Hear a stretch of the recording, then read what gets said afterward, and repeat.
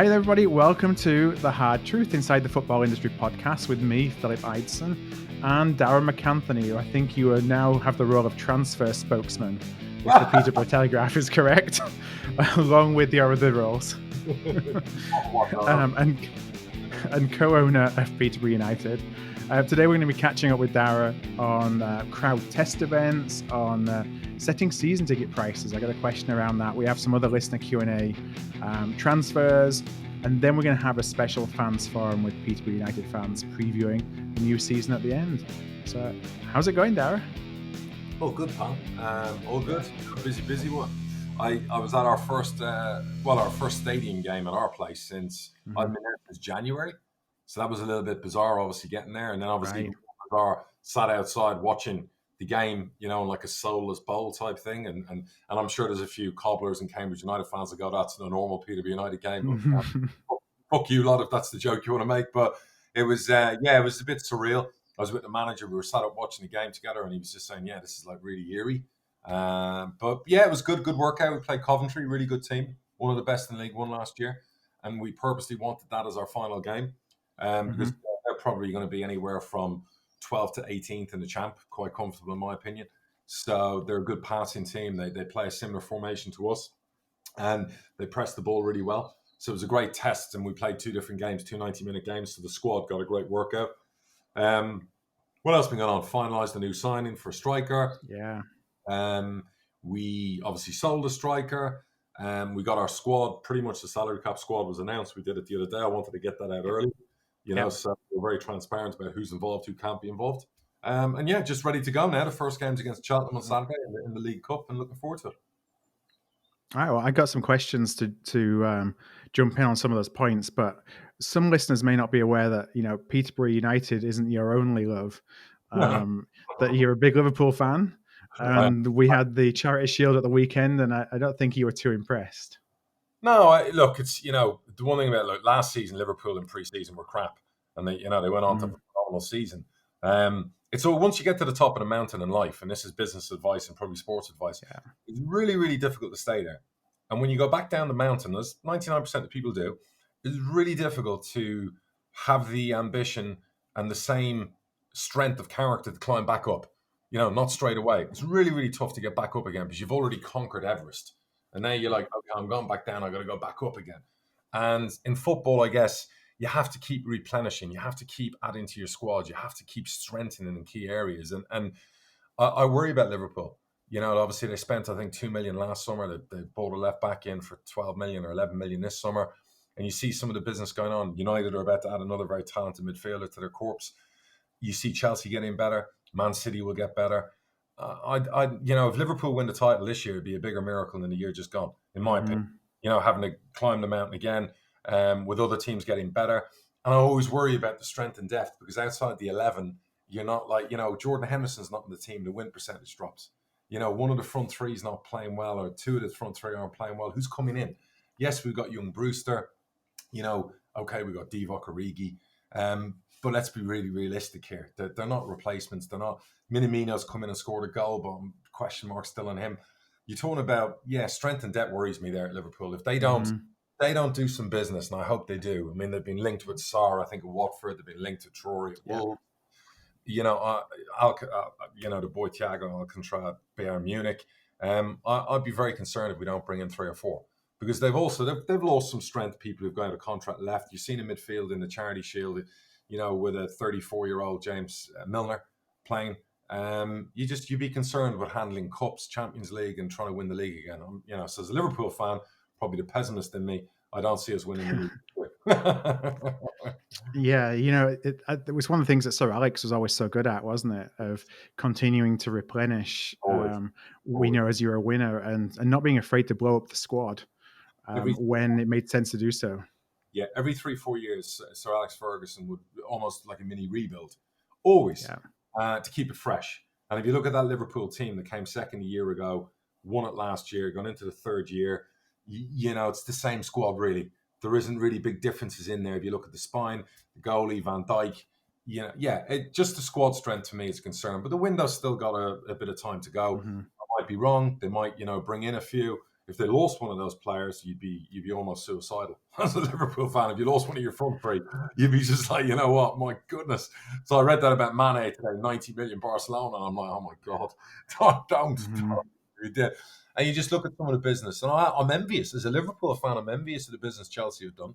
I really am. I see some of the players and go, oh, some terrific young talent they're like signing up. And if Liverpool, one of the biggest clubs in the world, can't be competing for 40 and 50 million pound players, that really something about the pandemic and how it affects ownerships.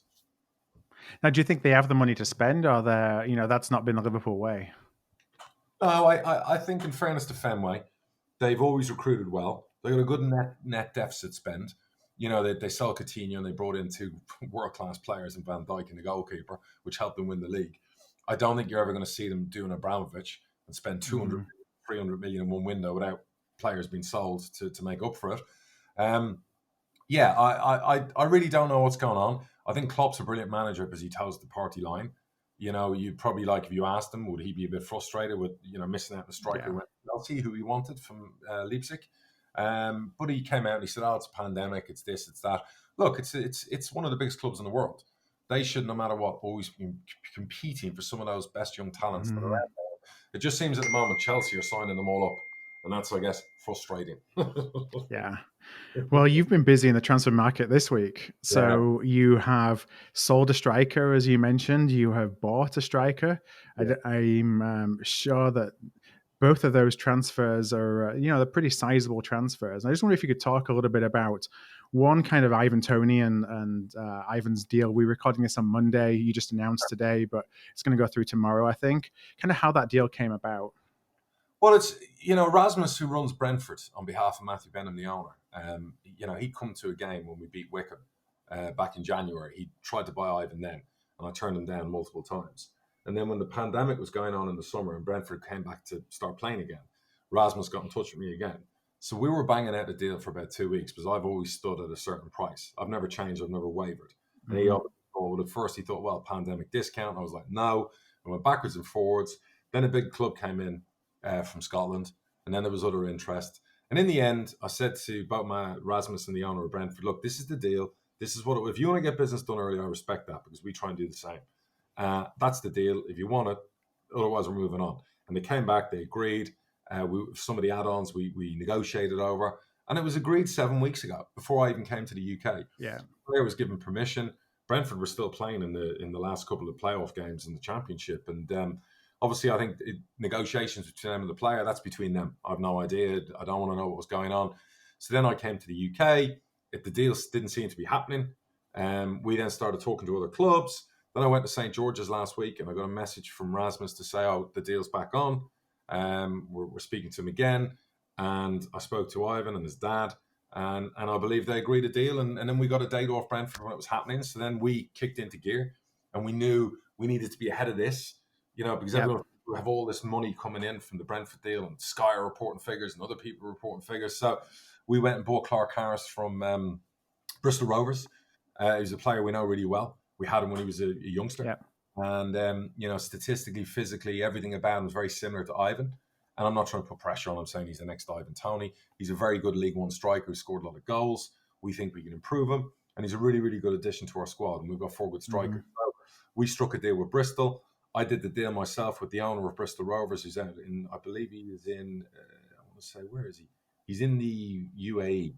And we were at a friendly last week at Colchester. And I personally rang the owner of Bristol Rovers out there to get the deal over the line because it wasn't going anywhere. Before that, they were turning down bids. So I rang him myself. We struck a deal amongst each other. He obviously heard about the Ivan Toney thing, so he wanted the numbers. I explained the process. When you sell a player like Ivan, first thing you got to remember is you don't get all the money up front. It just doesn't work. If you sell to a Premier League club, you do. When we sold Dwight Gale, we pretty much got a lot of that up front because Palace were a Premier League club. When you sell players to a Championship club, there's financial fair play, there's cash flow. It's the same when we buy a player. None of the players we've bought, we've paid up front for. You pay over a period of time, whether it be 2 seasons or 3 seasons. And most strikers we've sold in the past have been in, it could be 3 installments, it could be 2 installments. So you then have the choice to factor the money, you pay a percentage factoring. We then had a massive sell-on to Newcastle to pay.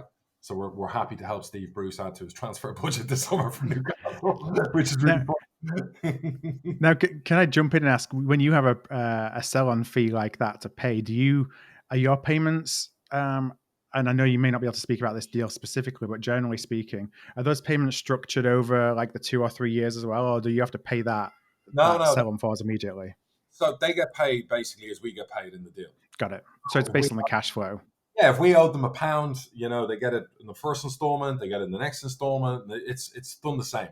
The funny thing was, we still owed them because of the deal when we bought them 2 years ago. We still owed Newcastle $100,000 of the initial transfer fee. So because when we bought them, I think 2 years ago, we were paying it over 2 years. That final installment was due now, so they got the sell-on and the final installment. So that's quite normal business, and that's the way we work. And look, Newcastle were really good to us. The reason we got them really cheaply 2 years ago was because we gave them a bigger sell-on. And sometimes that's what you sell to a club when you're trying to buy a player and go, look, we'll give you a bigger sell-on. We won't give you the biggest fee. You'll do well down the line. And Newcastle have just made a massive amount of money on a player that we've obviously got good over the last 2 years. So, look, would I rather Grimsby or Dagenham or, a lower league club have got the sell-on? 100% I would. I love when we do business like that. But in this occasion, I can't fault Newcastle.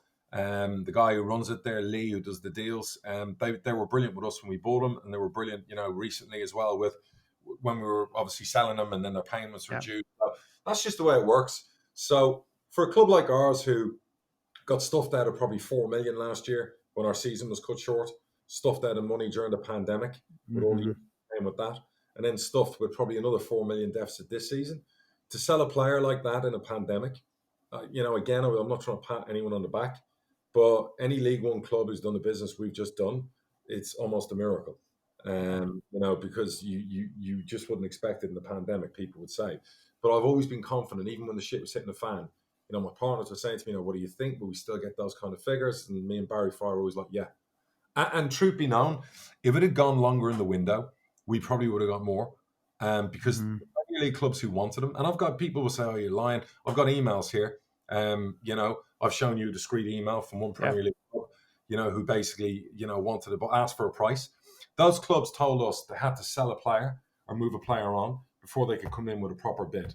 And we could have waited till the end of September. We could have waited till the start of the window was ending, and we probably would have got more money. But we as owners made the decision to have that circus going on at the start of the season. Would have been really distracting for our club, distracting for our team, because you got Ivan at training. Is he going to play in games? Is he not? Is he going? Is he staying? We just felt, let's draw a line under it. No circus. We'll sell him. We'll do the business now. We'll get a replacement in and just get on with trying to win promotion. Yeah. Because we don't need that circus around us going into a really, really important season for our club. So we did the deal that we felt was best for us. And the add-ons are incredible. And the add-ons are very, very achievable. And again, that's something for budget-wise. Going forward, they're all those beautiful little things that just come in as bonuses down the line. Yeah, it's a risky game as well to leave it as late in the window because, something with a player might happen. He might get injured. He might decide, my head's been turned by somebody who can't pay a transfer fee, but I'll be a free agent in 12 months, and I get to pocket some of that they would spend on a transfer fee. So completely understand. Makes sense to do it. One of the clubs that tried to buy him, wound me up because when they came in with their fee, and it was half of what Brentford paid, their pitch was, listen, we'll just wait till January. And in January, we'll pre-sign him. And you won't get a pound note. And that was and when you try and negotiate with me like that, all you do is fucking wind me up. And, I wasn't born yesterday. I've been around the business a long time. If that's probably over 60 million quid's worth of transfers I've done since I bought Peterborough United. For a lower league club is unbelievable business. So yeah, at the end of the day, I know what the market is. I know it's not a fast moving market at the moment. I know there's not massive amounts of fees, but I also know the premium a player like Ivan Toney should go for. And trust me when I say Brentford will either get promoted or sell him for 25 to 35 million. Right. And we'll end up with another 3 or 4 million down the line. So you can take that to the bank because that's a guarantee in my opinion. Yeah, it's one of those things that the values as you go up the leagues, even just in the championship, a championship striker who can do it. Oh, it's so fun. Yeah. Ivan Toney, for Peterborough United scores 20 goals in the championship. We're getting 25 million. instead of what we got. And it's life-changing for a club our size. And that's why we so want to get out of this league. And people will say, well, why don't you keep your best players? Well, it's very difficult when a player's on, say, $3,000 a week and he's been offered 12 times to 15 times that to move. You try keeping your wife in the house when someone offers that kind of money.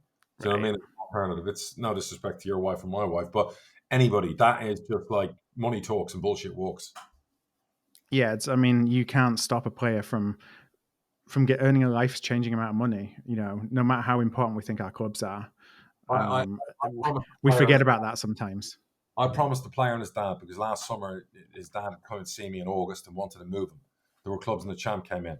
And I said, I promise you, if he stays for a year and he wins the Golden Boot and he does all the things I said, League Player of the Year, you will amplify his earnings like you wouldn't believe. Mm-hmm. And at the time, the club he was possibly going to last year were offering $6,000 to $7,000 a week. And my advice has come true, where now he's earning 5 times that. And he's now just become a multi-millionaire. Right. And I'm so happy for any young player at 24 who's put his work in League One, who is now a multi-millionaire. So, congratulations to him. And the final words will be, you're welcome. Well, it's great to get it kind of done and dusted, and you can kind of move on. And, it was win-win for everybody in the end. A couple of general topics before we go into Q&A. I was reading about test events happening in September for crowds, to get crowds back in. And I think the talk was Charlton and Cambridge, perhaps, being a couple of the teams who are going to be doing that. I wondered if there's been any discussion, like, have you had any opportunity to put your hands up and say, we'd love to run a test event, or nothing? No, nobody's come to us. It's really funny because our club doctor was there at the game on Saturday. I haven't seen him in like months. And I love my doc. He's like probably in his early 70s, late 60s. And he's a great doctor. And he sent me a message. He's like, you can put that on the website. I'm like, Doc, I wouldn't put that on the website. You'll get vilified and your license will be revoked. And he was just like, all our fans should be here now. We're out in the fresh air. And he said, there's absolutely no reason for our fans not to be in this stadium. He's just one of them. And he's a doctor, by the way, Philip. So you can bet on the team apocalypse when it comes to COVID. So reality.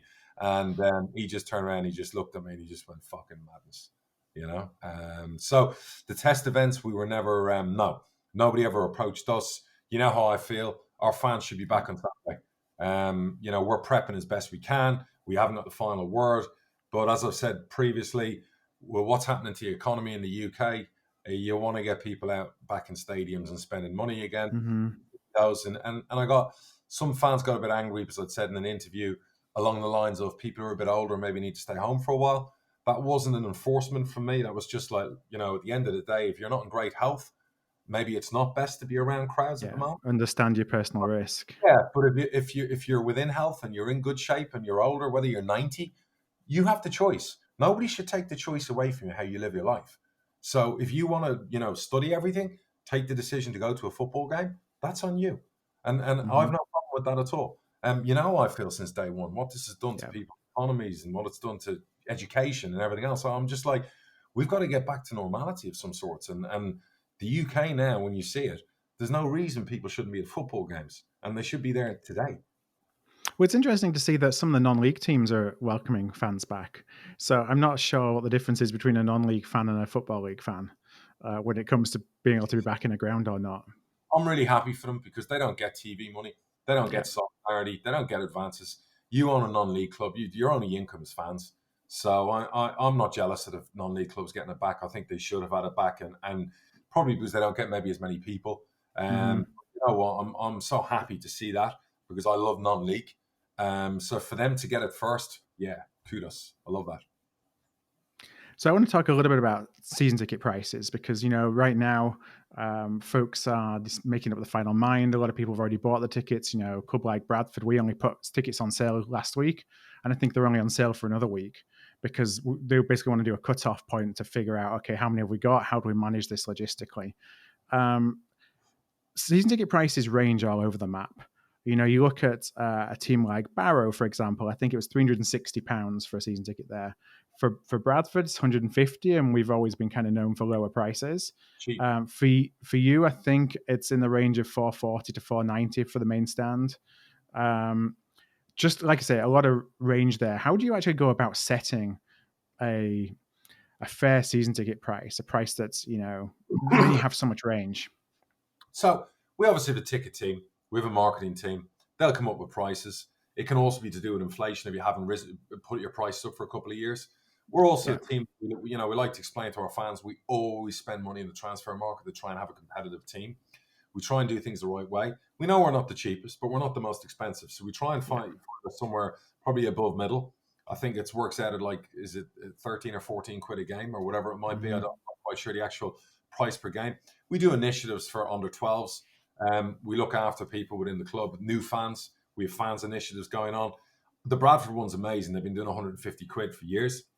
And truth be known, Bradford fans would probably pay 180, 190, 200 if they saw some of the players that say we brought in, to give the team a chance. They'd probably pay It's an ongoing debate. I think on one hand, when you look at your bank balance, you're happy that you only have to pay 150 quid to get in. But I think, you look where we are right now. And, you look at the kind of talent you've got. Well, do you want cheap football or championship football? Right. Yeah. I mean, we're struggling with that, because I think so many supporters are thinking this is too cheap. And we love the fact that when folks are back in the stadiums, the atmosphere it generates, and that, you really feel as though you're not necessarily in a League Two environment, but the players on the park are still, League Two, maybe League One standard because of the price that we're able to pay them. So if I own a Bradford, and trust me, I've looked at that club many times, because of the opportunity, I'd be very transparent with the fans and go, look, at the start, we'll keep it at a certain level. But as we're going to go and rebuild the club and go for back-to-back promotions or whatever else, you must understand as the product gets better, the price is going to get higher. Mm-hmm. And as long as fans know that in advance, and as long as you're very honest about that without doing that, with everything in the landscape now financially and financial fair play, it's going to be impossible to get Bradford to the championship. So the fans have to play a part in that. And when we get to the stage where we can generate the business to be self-sufficient, we can look at that. Like, I know if we're in a new stadium and we're in the championship and we're thriving as a club and we're bringing in £25 million sales from players, we can be a lot more affordable for the general public in Peterborough. And unfortunately, it's like you're punishing people at the moment because you're trying to chase that success. And there's the pressure of making sure you deliver the success. You have to, A, deliver the product, so that's to be good football, and B, the excitement, and then C, the results. And we failed recently with that. We won promotions, we've won cups, we've had some great times, but we failed recently. So we have to back that up because you can't keep charging your fans without giving them everything else. And if you look at what we've done in recruitment this summer, we've spent a lot of money. And we've kept the same team from last year, although one person's gone. And that's our promise to the fans as well. We're going to try and give you what you had at the end of last season and try and go again and try and put the pandemic behind us and how it ended. And yes, there's a price to pay. And we've been very, very lucky that our fans have been brilliant with us. Do you know what I mean? We've had a tremendous response to our season ticket sales. Yeah. Well, let's go into some listener Q&A. We have lots of questions we got this week, so I'm going to be asking them over the course of the next few weeks. We put out a call for people to throw names of players at us. We got a lot of those. I'm going to hold those for this week, and then we'll do some kind of quick fire. Let's test your knowledge of the young players around up and down the country. I'm going to go into a couple that I've received here. One, first of all, is from Michael Fritchley. Michael is a Swindon fan, and he asked if you'd ever stopped a player from leaving, even though a manager was adamant that they wouldn't play him. Yes. Good few years ago, we were in the Championship. We'd gone through about 19 managers, and it was Jim Gannon was our manager at the time, and he wanted to bomb out Craig McHale-Smith, who was Barry's son. And I was in Florida. I was my son doing Kung Fu at the time. And I remember getting a phone call from Barry saying, look, I've done a deal with, I can't remember whether it was Reading or Watford. I've done a deal for Craig to go on loan and he'll be going to sell. And I was like, what are you fucking talking about? And I stopped that happening. And because my belief was we hadn't seen the best of him yet as a player. And the manager wasn't happy. He got fired eventually. And the following year, Craig won Player of the Year in League One. He won the Golden Boot and we sold him for £3.2 million. So I converted a zero into £3.2 million by intervening. Another player I intervened on was Gary Jonson. Did not rate Ryan Bennett. He preferred Calvin Langmead over Ryan Bennett. We paid over 500 grand for Ryan Bennett as a 19-year-old. he brought in Kelvin Langme, kept playing him over him. I had a disagreement with Jonson that the future of the club was the Ryan Bennett. He was talented. Yeah. Jonson got fired. Darren Ferguson came in. 12 months later, Ryan Bennett went for over £3.5 million. One more was we had a player that we were selling on, was in a January. Barry was bringing him to Norwich. It was the season we got up from League One. And again, I stopped the deal. And that player stayed. We promised to sell him in the summer, and he helped us win promotion. So, yeah, that's happened. I have to do what's right for the football club sometimes. And there might be disagreements with the manager. And it's not called interfering. That's doing what's right for the club itself. And when you're paying the bills, you have to make some tough calls. So, There you go. All right, thanks. Now, one of the questions that Michael asked was actually about Owen Doyle and his time at Bradford, and kind of what our feelings were on the saga with Owen Doyle last year. With Bradford, he started the season with us. He went off to Swindon. He scored pretty much every week just to rub our noses in the fact that he was at Swindon rather than at City.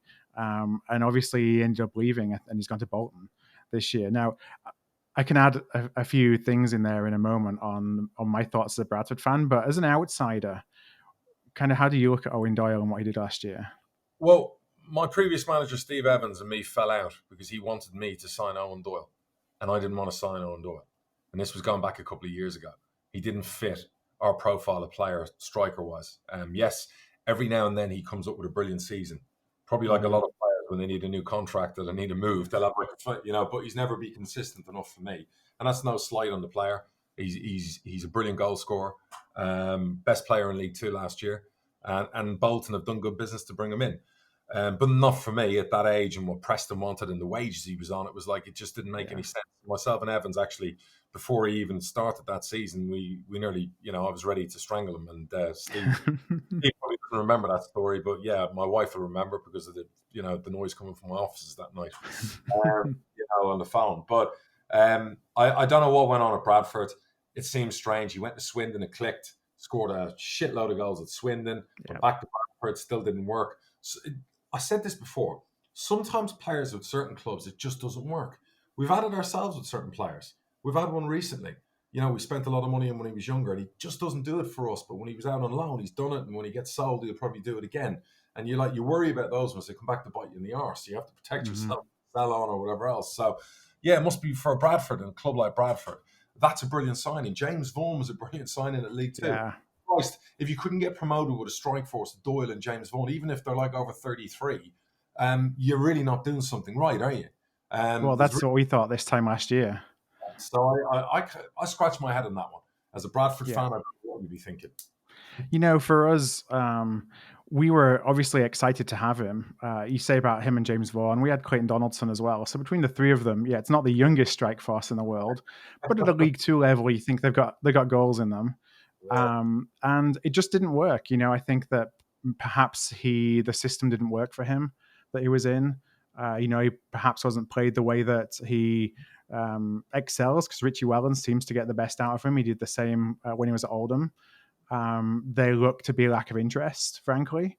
And who knows, why that, like the mindset side of things. He went there, scored for fun. And I think he came back with one idea, and that was to get the heck back out as soon as he possibly could. And, wanted to do everything to make his move to Swindon, permanent for the rest of the season. Yeah, really bizarre. I don't get it myself. I don't know the intricacies of the deal, what his contract was, whatever. Look, Bolton have got a goal scorer. And he should score a boatload of goals for them this year. So that's what they need. That's probably their best signing of the summer. So a question from Matthew Stanton. Matthew says, after the fiasco about the end of last season, in calling a halt to the season, are there any plans from the EFL if we are curtailed with a new wave of COVID? So kind of contingency plans if we have to shut things down again. I'd be astonished if we shut anything down again. You're hoping like governments in the world are learning that, shutdowns aren't the answer to what this pandemic was, and it's more damage than good. So I'd be really, really surprised if it did get shut down. But I would imagine the precedent's been set. So I've said to my manager, whatever you do, make sure we're in the top fucking six, please. Yeah. At any given time. From the get-go. I don't think you're going to get a slow start or a bad start or whatever else. Yeah. You want to really coming good later in the season or anything. You want to be up there. I mean, that's how we kind of did it last year at the peak at the right time, and it kind of backfired on us, So I think what we saw last year, if I were a betting man, I don't think that's ever going to happen again. All right. Alex Cole. Alex says, I'm a supporter of a team in League Two. And this summer, the club's adopted a policy of signing young players with next to no experience, without really bringing any experienced players in the door, which is a big concern to the fans. So, his question really is do you like the word experience when you're thinking about squad makeup? And how do you try and get the blend between young and old when you're making up a squad? I've signed 3 players over the age of 30 in 15 years. So that would answer that question. It doesn't work with my data and my analysis, what I want to do for our club. I think occasionally you get the odd good player, like a Mark Beavers is 29, 30, coming to that age. That's the kind of good experience you want. I worry about signing 32, 33, 34-year-olds. Back in the day when we got out of League Two, we had Micah Hyatt. We had some very experienced players, 2 or 3 of them sprinkled in there. Yeah. The majority was younger. With salary caps now, you're going to see more and more young people. So veteran players getting paydays at the end of their career is a thing of the past in the lower league. Now, do you think your opinion may change if you're in the Championship? Not necessarily on veteran players getting paydays, but in terms of makeup of the squad, where you may get players who are more readily available, who have played at that level? No, I created the young and hungry mantra. I brought that in years ago. I live and die by it. Brentford have taken it to a new level because they're in the Championship, and they were, I think, the second youngest squad in the Championship last year and should have been promoted. So I don't buy into that. You need, if my manager came and said, "Oh, we need 3 experienced 32-year-olds in the Championship," I'll be like, "That's not who our club is." So we're going to stick to what we do. We're not going to pay, players who are basically at the end of their career one last payday to maybe help us. We're going to have our model and just live and die by it. Okay. So I have a question from Ricardo Pinho from Portugal. And Ricardo asks, he says that you mentioned previously in a pod that you have scouts that work directly for you. So he wanted just to know kind of if that's exclusively, or are those scouts that work for the club first off? And then I'll ask a follow-up question. Exclusively just for me. Yeah. So the follow-up is, how do you coordinate that with the club when you have folks at the club who are, club employed versus ones that are employed directly for you? I missed that bit, Phil, there. Your internet. So the question was really, how do you coordinate that? Having scouts and analysts that work for you and then others that work for the club. Well, there's no one else that works for the club, really. We have one analyst that works for the first team who does all the who we play next and, our own player stuff. The club occasionally will use part-time scouts. The manager will know to go to the odd game. But the actual scouts, when it comes to our recruitment, work for me. We have 2 of them at the moment. They're young guys. I pay them out of my own personal pocket, not the club. And they do a job for me based on my data, my analysis, the way I like to recruit. And that's the way we've, as a club, have done it for many years. And that's not going to change anytime soon unless I'm not with Posh. So they would come with me. That's how it works. So last question that I'm going to hit you with today. And this is from Peter Buck, who is an Ipswich fan. And I'm kind of going to rephrase a little or paraphrase Peter's question. It's around owners and owners who may appear to be absent owners. Do you see what the motivation is for an owner to get involved and then not be visible in a football club? And should supporters be concerned when they have owners who, appear to be taking a back seat? I think you should definitely favour owners who are really passionate about owning their club and football. And I meet some great ones, like recently Robbie at Colchester. Robbie Cowan, great owner, very involved. That goes through his blood, that club. And I think the ones who you never see, they've obviously just done it for financial reason. They obviously see some sort of a payoff maybe down the line. I think it's good to know who the owners are. It's good to see owners at games. My partners came in from Canada, and they'll go to games when they can. They're passionate about the football. They want to be there. It's not just a monetary thing. It's a Peterborough United thing, and you can see them. They hurt when we lose. And I think some of the silent owners that you never hear from or see, I'm not sure they hurt when the football club loses a game of football. And I hurt, as you can see with me on Twitter and social media losing my shit. I think everyone can say that I'm definitely in it for the football and nothing else. I hurt like mad. So I always favour knowing who the owners are. Yeah. All right. Well, we're going to go into a short break then. So this week and next week, we're actually going to be looking forward to the new season with a number of fans from different clubs. We're doing something a little bit differently. So this week we're going to be having a conversation with a number of Peterborough United fans, and next week we're going to be looking across all the leagues. So if you actually have interest in joining Darragh and I next week, we are looking for a couple of fans of Premier League clubs, Championship and League Two. We have a few League One in the hopper already. So if you're interested in being on the show next week, just email us at contact@hardtruthfootball.com. And, if we have too many, then we're actually going to be trying to get more fans on throughout the season. So, if this time doesn't work out, then we'll definitely keep your details on file. So after the break, we're going to discuss Peterborough's prospects with Darragh and Darragh's 4 fans. And I'll do my best not to sound completely uninformed. So we'll be back in a minute.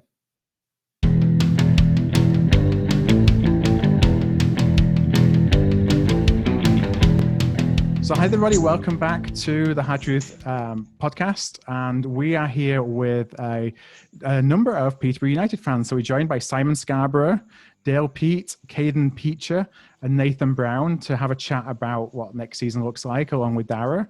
Darragh, let me just hand over to you if you want to just share a little bit more about what we're planning to do with this segment. Yeah. Hey guys, welcome back obviously to the podcast. This is obviously like a fans corner. So what we want to do basically in every episode now is engage with some fans, have some healthy debates, talk football, talk life, talk whatever. This week obviously the easy one was to get a lot of Posh fans on the podcast straight off the bat. We're looking forward in the future. Anyone out there, whoever you support, even if it's men's football, ladies football, feel free to contact Phil. Email us at the podcast and let's engage and talk about football. So to all you Posh fans on the podcast at the moment, you guys, welcome, and looking forward to having a debate. So, Phil, you take it away and tell us what you need from us. Yeah, so I guess I'm going to start, and I'll just pick because Simon is on my video here. I'm going to start with Simon. So we've had a couple of transfer business from the last few days with the Posh, whether it's Ivan Toney leaving, Jonson Clarke-Harris coming in. What do you make of the transfer business so far this summer? First of all, hi guys, thanks for having us on.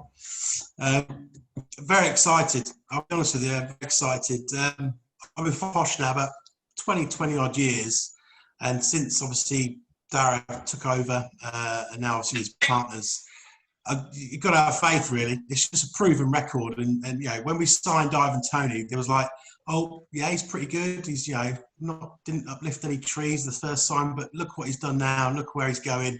You've got to be realistic, you've got to trust in the people who run the club. They know what they're doing. They're not just sticking their finger in the air and choosing people from the middle. They've been doing their due diligence and scouting and speaking to other people that know the player. But yeah, very, very excited. I mean, Jonson Clarke-Harris, a lot of people say, we've had him before and it's a lot of money. But what he did last year, the last 2 seasons at Bristol Rovers, mid-table Bristol Rovers side, to score that goals. If you watch the goals he scores as well, his left foot, he's just unbelievable. It's like, he's so strong. And I think he'll complement Dembele. He'll complement all those other ones there as well. Yeah, I think it'd be brilliant. But yeah, very excited with the business we've done. A lot of young, hungry players, which fits the model. But yeah, excited. Great. I want to add kind of to Nathan. Nathan, what are your thoughts on that? Especially Jonson Clarke-Harris coming back, because when I looked at me being an outsider, it was an interesting transfer because it was perhaps what a lot of fans didn't expect necessarily. Yeah, I think a lot of us were actually quite surprised. I remember him being there originally, and he obviously never actually got a game in the end, but it was a kind of a surprise. I mean, obviously, age profile wise, we tend to go for players that sort of under 23, which, I agree with. I think that's a great policy to have. But obviously, his goal scoring record, speaks for itself. And obviously with Ivan leaving, I think we did need a player of that kind of calibre, the physicality, that had, the goal scoring ability and was proven at League One. So you can't really complain at that. And I know a lot of Posh fans maybe aren't always in agreement with some of our transfer business, but as Simon said earlier, we have a proven track record. Mm-hmm. The number of strikers that we've sold on for millions and millions of pounds. And again, with Ivan, it's kind of ironic that a club that has a similar kind of policy to us has now gone and signed Ivan from a club lower down the division, which is what we do. So there's a lot to be said about that. In terms of other players, I think Ethan Hamilton will prove to be a really, really good signing. I'd seen a lot of him. I saw him score that wonder goal at Posh a few seasons ago. We just seem to have improved on the squad again, and getting the players back that had come in last January, has been perfect. That's exactly what we needed. And I think we're going to have a really, really good season again, and this is probably the most excited I've been for a long while about Posh, and it's just great to see. And yeah, I think the business has been as spot on as it could be. So Darragh, I want to bring you in just on Jonson Clarke-Harris and kind of the age of Jonson. I know that we've talked before on the pod, and you obviously look for younger players rather than older players. And while I think it's unfair to say somebody is old at 26, but it's a little bit older in terms of your model. And I just wonder some of your thinking in terms of, that being the right deal to make, paying a fee, giving him a long contract. Basically, sorry, I was just the manager ringing me on the phone. Gaffer. Basically, we looked at it and went, well, go and find an Ivan Toney. What are you going to go and sign that can do 80% of what Ivan Toney does for our team? Because you're not going to find someone to do 100% of it straight away. It's not going to happen. We're not in the Premier League. We can't go out and sign a like for like straight away. If Liverpool lose Mo Salah, they're going to have to spend 75 million to replace him. And looked at Ivan Toney, what he brings to the 11, he brings to our team defensively, offensively, physically. We did our data, our stats, and we had to go outside of our normal recruitment spectrum of we don't sign players for big money over a certain age. And the only one that was screaming at us off the page, from young Premier League players to lower league players to Football League players, was Clarke-Harris in League One. And we made the conscious decision that we don't have another year or 3 months or 4 months to give a striker time to adjust. You got to remember, when Ivan came to us 2 years ago, he was on the bench for the first few months. It took a while for him to get in his stride and get into the team and become the player he's become. We want to win promotion. So we were like, we've got 90% of the same squad and team that were vying for promotion last year. How do we bring in someone as close to him as possible that we can go from the get-go? So Clarke-Harris was the one screaming at us off the page. The manager loved the move. It was him and one other player that could do a similar job. So that's when we said Clarke-Harris is number one. Once we know Ivan's going, we're going to do a deal with Bristol. We'll bring him in. At the moment, he's probably 2-3 weeks behind fitness-wise. So you're not going to see the best of him probably until later in September. But complementing our strike force, we're also very fortunate. We're in a very different position where most years when we sell a striker, we don't have a lot of other strikers. We have one or two that are okay, and then we have to bring one main man in. We've got Dembele as a striker now. Clubs want to buy him. We're not selling him. He's a phenom at that level now. He's a converted striker. We've got Mo Issa, who's £1 million signing last summer, who was probably the third, fourth leading goal scorer in League One last year. And then with that, we've got the best 17-year-old outside the Premier League up front, who's as quick as Usain Bolt, which is Ricky J. Jones, who's been our leading goal scorer in pre-season, who we think we're going to be in a position next summer where we don't actually have to go out and get any striker or replace, because this kid's going to be the absolute real deal. And he's learning his trade. And now we've got 4 strikers to complement everything we do. So we're in a really, really strong, we feel, strong position in the striker corps. We've got 4 good ones. So I'm going to open this up first of all to Dale, and then I'm going to come over to Caden. If you were on the phone to the gaffer right now, which gaps would you be suggesting that you feel that you may still need to fill? Are there any positions you feel that we could do with another 1-2 players in? For me, it's always been defensive side of things. I think going forward, we have no problems with that. We've always been an attacking team. But I think sometimes our defence struggles a little bit more, and we leak goals when we could be keeping clean sheets. But other than that, no, I think the squad is perfect as it is. Aidan? Do you think it's strange that not just our club, but we don't really spend like millions of pounds on a defender? It's always a striker which gets the sort of limelight. I mean, don't get me wrong, they score goals, they win your games, but it's weird, really. At Posh, I can't remember. Ryan Bennett. Ryan Bennett. We spent £500,000 on Bennett, or a bit more than that. I don't know what it was. Jack Baldwin. Yeah, Jack Baldwin. I suppose for a defender, but would you? Yeah, it's true. Would you spend £1 million on a defender, Darragh? Would you spend like over $1 million on a defender? If in the Championship, yes. If they're Right. Look, at the end of the day, yes, the right player will always determine a good value. Like Jack Taylor, the central midfielder, we spent nearly $1 million on him. Would I spend it on a goalkeeper? Probably not nowadays. defender, yes. Midfielder, yes. Striker, you'd spend obviously more because usually they're the ones who get you the big bucks. They get you the goals. But we were really lucky this summer. We feel we got a 17-year-old, which was like not having to spend £1 million, but he's already worth more than £1 million. You know, and I call him Franz, and that's young Ronnie that we got in that we knew about from Barnet.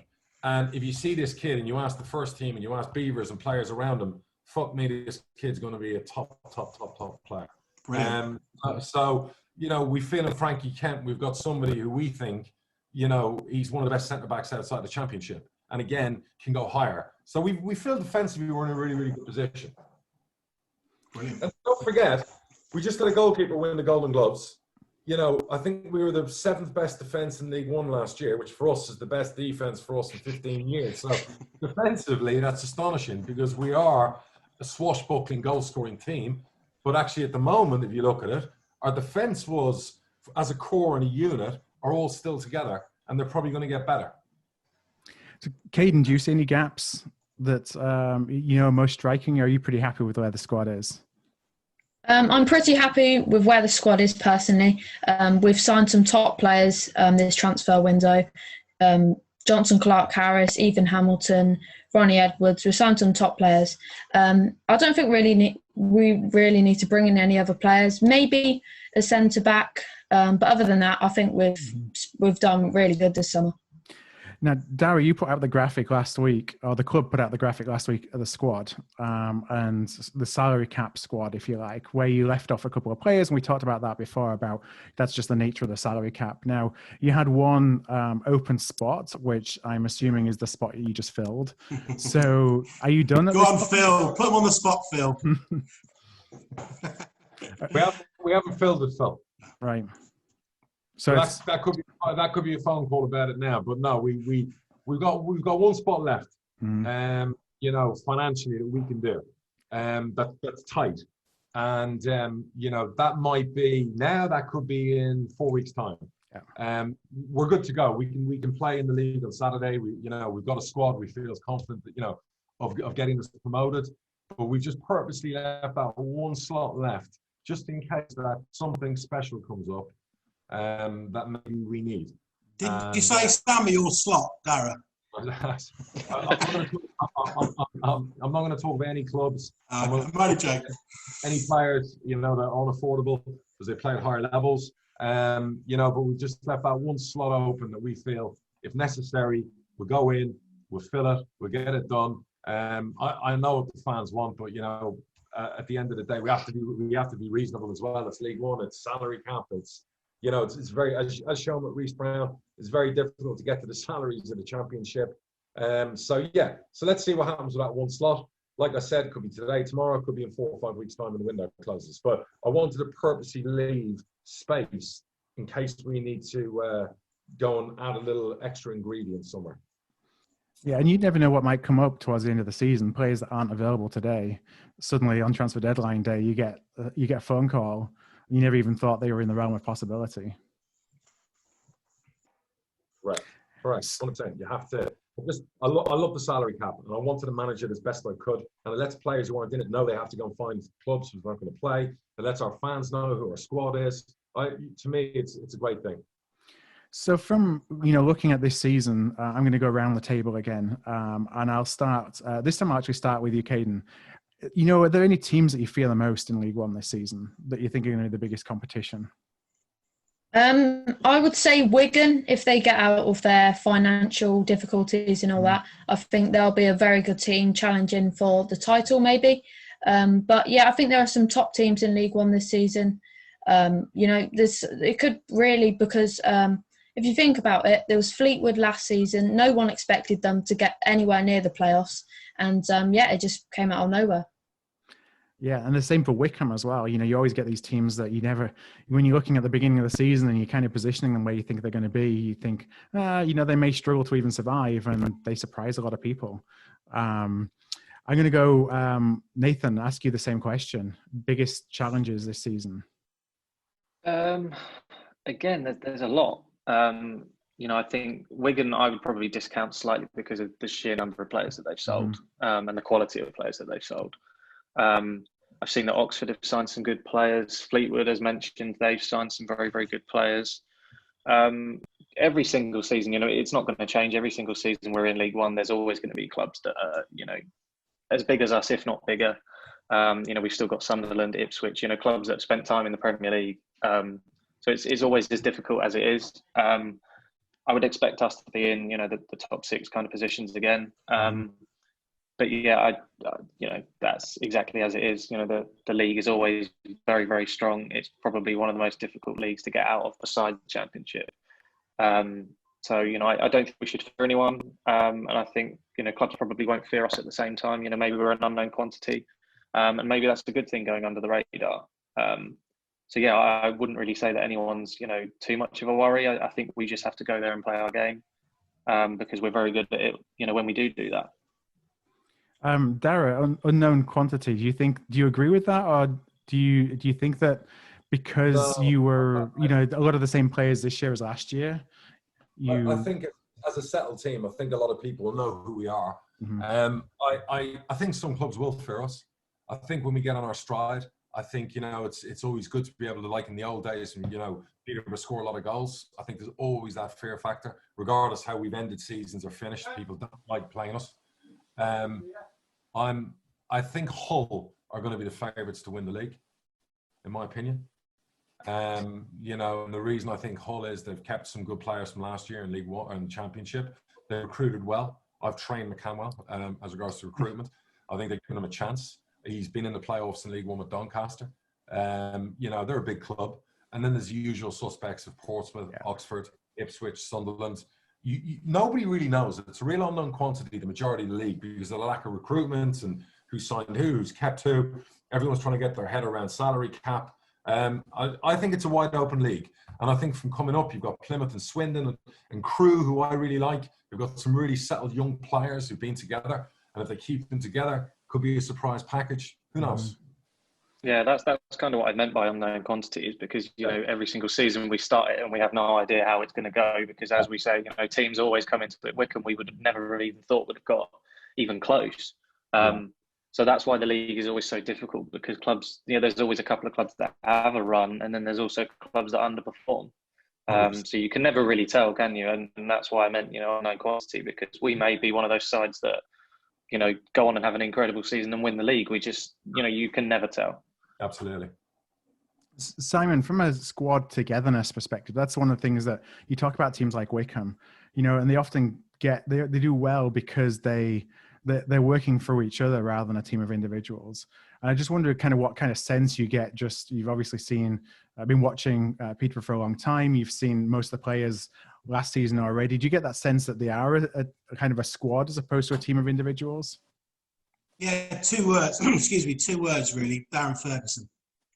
Every year I've seen managers through Peterborough obviously come and go more under Darragh than previous owners, but it's you're looking at basically Darren Ferguson. What he does do really well, I've noticed this, and you can see it from the stands. There seems to be a togetherness with the players. They all sort of. I know it sounds silly, but he celebrates on his own. No one really runs over to him. From a fan's perspective, just visually, they all go together. The whole team is huddled round when someone scores, or if someone's put a great tackle in or a great save. There seems to be people all over congratulating each other. I think for a fan's perspective, when you see that, you think, there's something's right here. It's they've got something right. And I think, and with Darren's teams, what I've seen over the years, there's always had that togetherness, no matter what. When we've been fighting down relegation or going for promotion, it just seemed to have that, where everyone seems to know each other's role, and they seem to get on from a perspective as a fan, and what you can only see without actually speaking to all the players. So I think it's there. And Darren Ferguson, I think he's the right man for this. He's the right man to get us out of this league. Now, Darragh, you've kind of piggyback on that. Sorry to butt in. No, please go ahead. Piggyback on that. I think this is probably the most together squad that we've had since we've been back in League One. This kind of feels like the sort of days when we were in the Championship and our squad really did feel incredibly sort of settled and positive. And I think from sort of January onwards, from when the players came in, the new players that we signed in January, when they came in, we suddenly actually felt quite confident. We actually felt like we were going to do it. And I think in previous seasons, or at least in the last few seasons, we certainly haven't had that feeling of, I actually think we can do this. It felt really, really genuine. And that was incredibly important for us as a fan base, I think, because we needed to believe again. We needed that kind of, that, re-energizing, if want of a better word, really. Yeah, and I was just going to ask Darragh. I know you were at at training camp a couple of weeks ago. You saw it firsthand. I mean, are you pretty happy with the togetherness of the squad right now? Players are in a good place. They understand what was taken from them last year. They understand the importance of showing that this season. There's so many of the same people there. They're Peterborough United players, and they're very proud to be at the football club. And through COVID, the pandemic, and seeing what they've been like, I'm always optimistic. Mm-hmm. And I hate to sound like a broken record. Oh, great squad, great team spirit. But these players have been through it last season, and they were getting to the stage where they looked pretty tasty. And 90% of them are still here. So it wouldn't shock me to see them kick on to another level. And that's what I kind of expect this season. Yeah. So let's wait and see. We'll find out soon enough. Dale, I want to bring you in because I'm just going to ask kind of a final round of questions for everybody. And this is about expectations. What's your expectations of the season? For me, obviously promotion is a big one, but I'd be happy with a top six finish. Mm-hmm. I think the last few seasons before the season finished, we were struggling a little bit to get over the line. But I think this year, with the same squad as last year, additional players as well, I think we've got every possibility of reaching that goal of getting promotion. And I think for me, that's one of the expectations I've got. Mm-hmm. But just playing attacking football as well, getting back to the old days of scoring goals every week, getting the fans celebrating. It's what it's all about. Yeah, being able to enjoying the game, enjoying what you're watching as well. I've, as a Bradford fan, we've not had a very good couple of years here, and we've had managers who I'd say, at best, you could say that they play pragmatic football, which is usually kind of code for it's awful to watch, and you hope that you win 1-0, and so when you don't, it feels even worse. There's something to be said for, our manager says he would rather lose 4-3 than 1-0. There's something to be said for that. I mean, I against my better judgment, I work for another football club as well. So I work for Mansfield Town, mm-hmm. And their fans were obviously seething with how they finished the season off last year, and they weren't playing attacking football. They went the season before, they needed 1 point from 8 games and still failed to get promotion. And it's just they just weren't happy. And now they've got to the squad where they were. It's horrible as a fan when you're not playing football that you can enjoy. Right. Yeah. Because at the end of the day, you know that you're not going to win every week as much as we want to win. Oh, as long as you feel like you're giving 100%. Yeah, exactly. Simon, what are your thoughts on the season ahead? Well, I said at the start, very excited for the season. I think that's not just because of COVID and we've not had any football for ages, but my expectations, I think, would be if we start like the last 7 or 8 games before we stopped, that was just brilliant. Beating Portsmouth and Oxford and not fearing anyone in the league. And that for me is where, under Darragh and Darragh, that's been the best of Posh. Where you're not fearing when you're beating these top teams. Where no one thought we'd beat Oxford, Portsmouth towards the end and stuff. Well, apart from internally we did. But it's my expectations really at the start is just to continue how we finished. I know that's easy to say because obviously a long break and lots happened and players have gone in and out.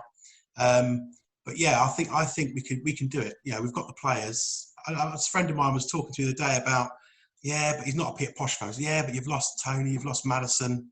You've lost most of your goals and assists out of that team. What are you going to do? It's like, well, he obviously didn't know about Taylor and a few of the guys got Broom in now and, Jonson, Clarke-Harris. But I really do think if we start how we sort of finished, which can easily happen, I think we're in for a very, very exciting season. Darragh, I want to just come in on the idea of momentum. It's something you're really big on, in business as well. How do you keep the momentum going from when we've had essentially, what is it now, 6 months almost of no football? I mean, is the momentum from last year gone and you got to start building again, one step at a time, or have you been able to carry that over? We'll find out when the season starts. Every season you'd like to think, well, when you keep the same team and squad, I would imagine 9 of the starting 11 will be the same players who beat Portsmouth last time out. So who knows?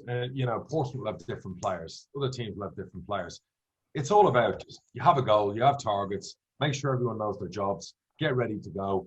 We want to get promotion. We want to win the league title, and we have to set the pace.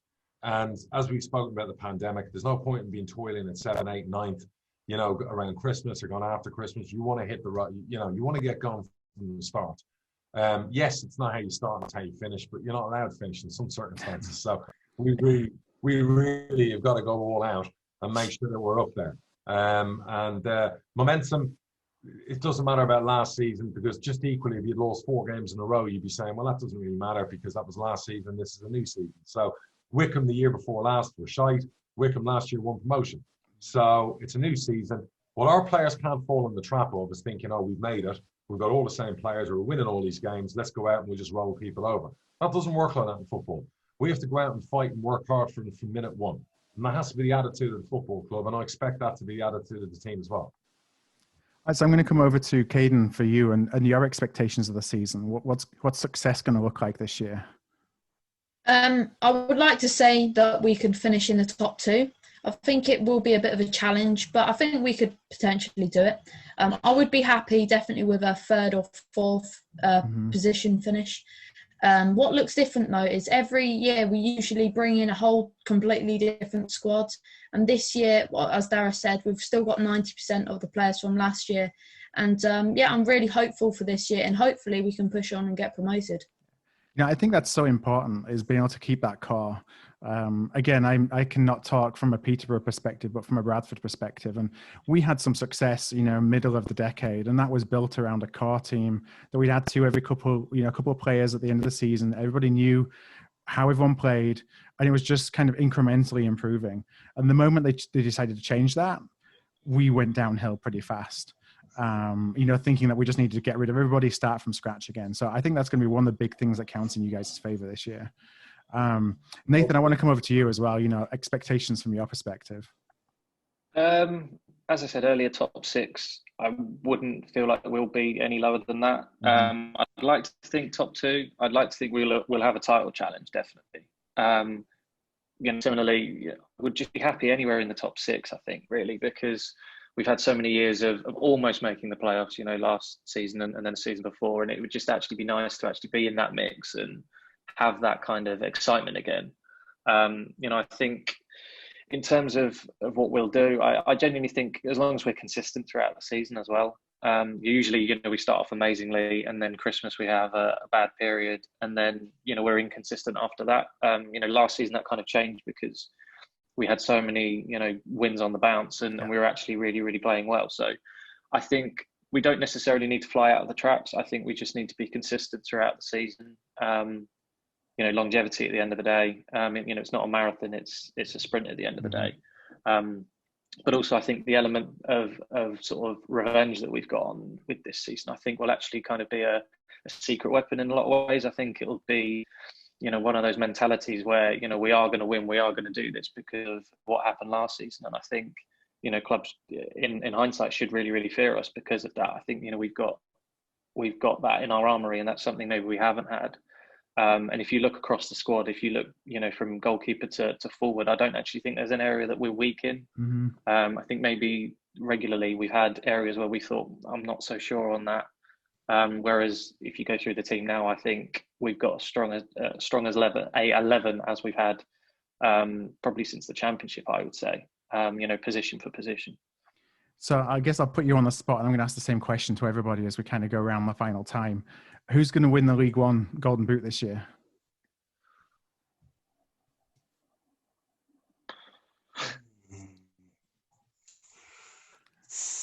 I'll go first. I think I really think Dembele would do it. And I know, but I think he's got all the attributes. If you look down, like the pace of Jack Marriott, he's got his finishing ability is really good outside the box. He's got a low centre of gravity. He's got all these sort of aspects that I think he could be a really top striker in this league. And I think he'll pip it. I think he'll play. It's injury free. He never got injured. I think he got injured once, I think, in the season, and then suspended. But if he stays injury free, I think he's got a really good chance of getting it. Really good. Dale, I'll come over to you. I think it's a tough one because I think there's obviously a lot of good strikers out there, but with how we played in a mid-table team and still managed to score 16 goals in all competitions, I think Clarke-Harris has got to be a very good contender for it, because if you can do that in a lower League One team, imagine what he can do in a very good... Yeah, he can do a fantastic job with a very good League One team around him.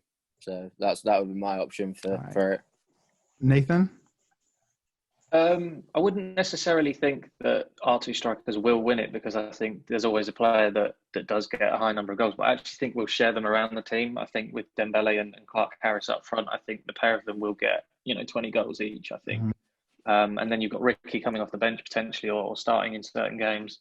I think he will hit 5 or 10 goals, which will be huge. I think Jack Taylor, who showed last season that he can get a goal from midfield. I think it'll be a lot of goals shared around, rather than necessarily one player like Ivan getting 25, 30 goals this season. I think it'll be much more shared around, and that'll actually be quite a positive thing, I think.